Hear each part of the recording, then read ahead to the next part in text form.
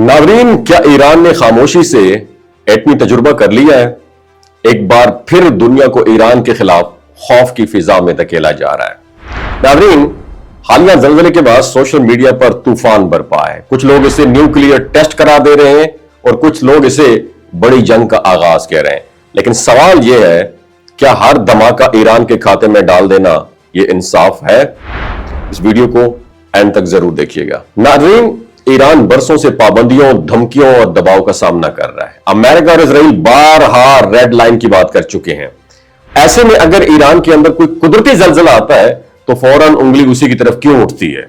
और इब्तिदाई आलमी रिपोर्ट्स के मुताबिक यह झटका तकरीबन 10 किलोमीटर गहराई में आया, जिसे माहिरीन ने कुदरती जल्जला करार दे दिया।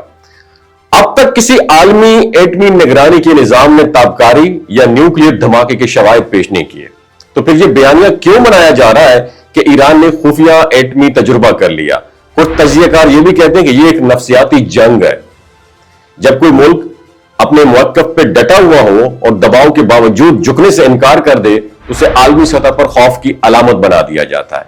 ईरान का कहना है कि उसका एटमी प्रोग्राम पुरअमन मकासद के लिए है। वो बारहा कह चुका है कि वो आलमी कवानीन के अंदर रहकर काम कर रहा है, लेकिन हर बार जब कशीदगी बढ़ती है तो एक नया इल्जाम सामने आ जाता है। अगर वाकई एटमी तजुर्बा होता तो उसके साइंसी असरात छुपाना आसान नहीं होता है। आलमी सैटेलाइट्स, निगरानी के निजाम और ताबकारी के सेंसर फौरन इसको इंडिकेट कर लेते हैं। अभी तक ऐसी कोई वेरिफिकेशन सामने नहीं आई, लेकिन सोचने वाली बात यह है, क्या ईरान को हमेशा शक की निगाह से देखना दुरुस्त है? क्या किसी मुल्क का अपने दिफा को मजबूत बनाना यह जुर्म है? अगर खित्ते में ताकत का तवाज़ुन एक तरफ झुक जाए तो क्या दूसरे ममालिक को खामोश रहना चाहिए? एक सबसे बड़ा सवाल है। नाज़रीन, ईरान के हामी कहते हैं कि वो सिर्फ अपने दिफा और खुद मुख्तारी की बात करते हैं, लेकिन अगर ये कशीदगी बढ़ती है तो उसका नुकसान सिर्फ ईरान को नहीं होगा। तेल की सप्लाई भी मुतासर होगी, आलमी मंडियां हिल जाएंगी और सबसे ज्यादा मुतासर कौन होगा? आप और मैं होंगे।